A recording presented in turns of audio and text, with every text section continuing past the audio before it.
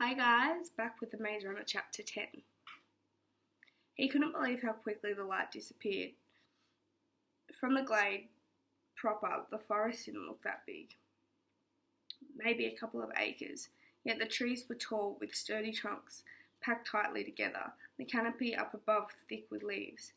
The air around him had a greenish, muted hue, as if only several minutes of twilight remained in the day.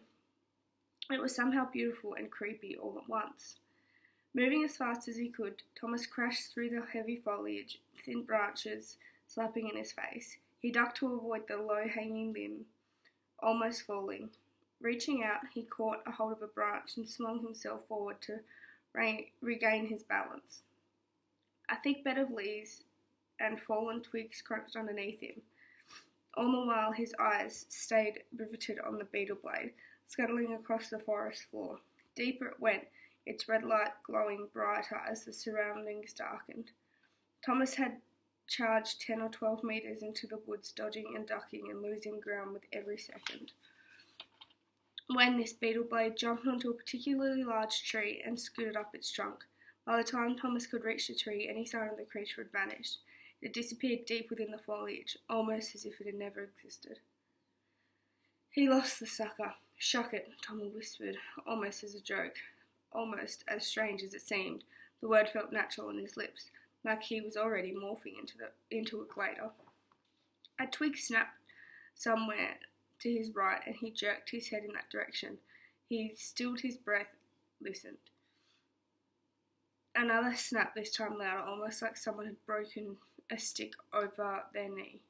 "Who's there?" Thomas yelled out, a tingle of fear shooting across his shoulders. His voice bounced off the canopy of leaves above him, echoing through the air.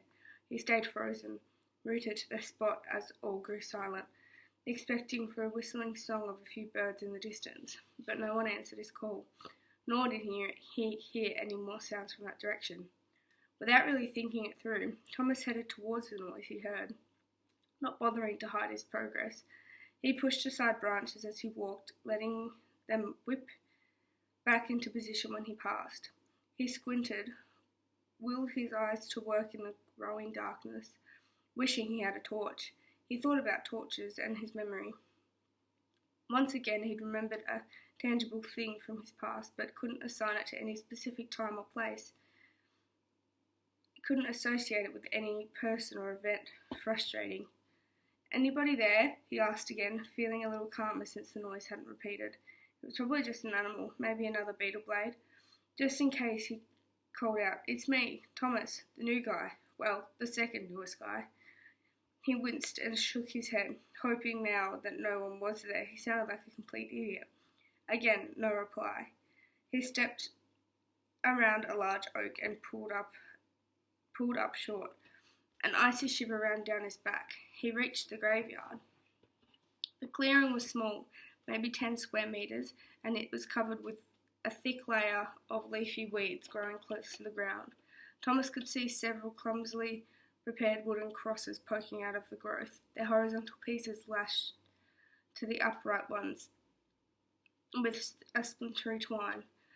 The grave markers had all been painted white, but by someone in an obvious hurry.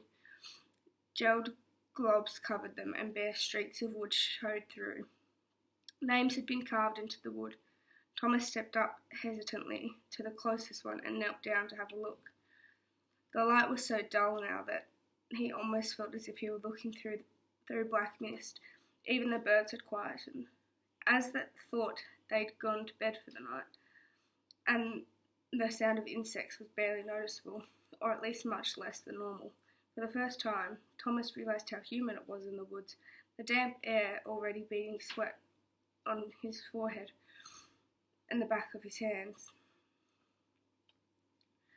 He leaned closer to the first cross.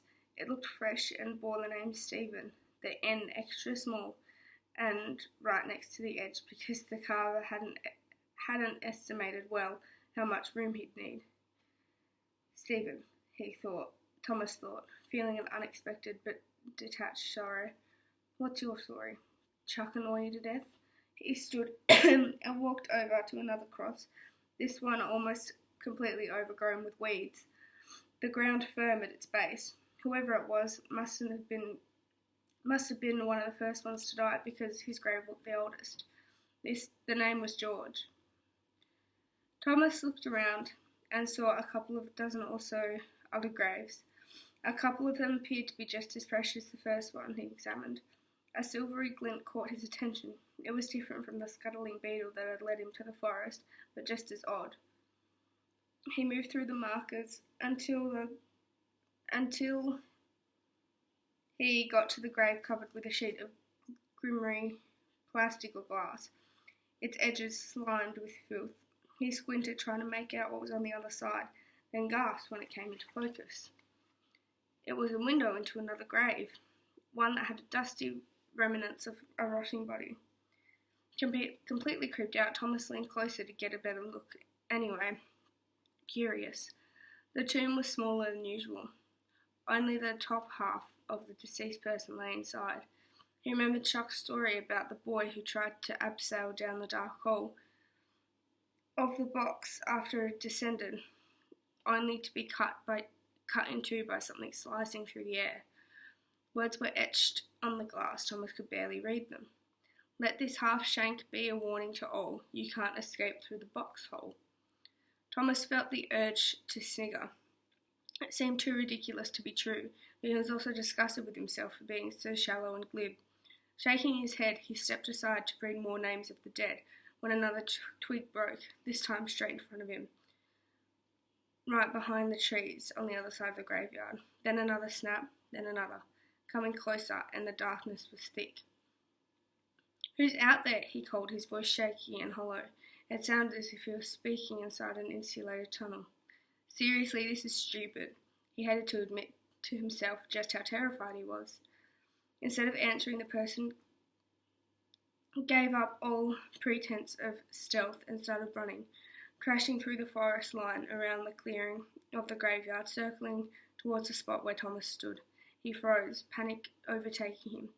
Now only a metre or so away, the visitor grew louder and louder until Thomas caught a shadow glimpse of a skinny boy limping along in a strange, lilting run.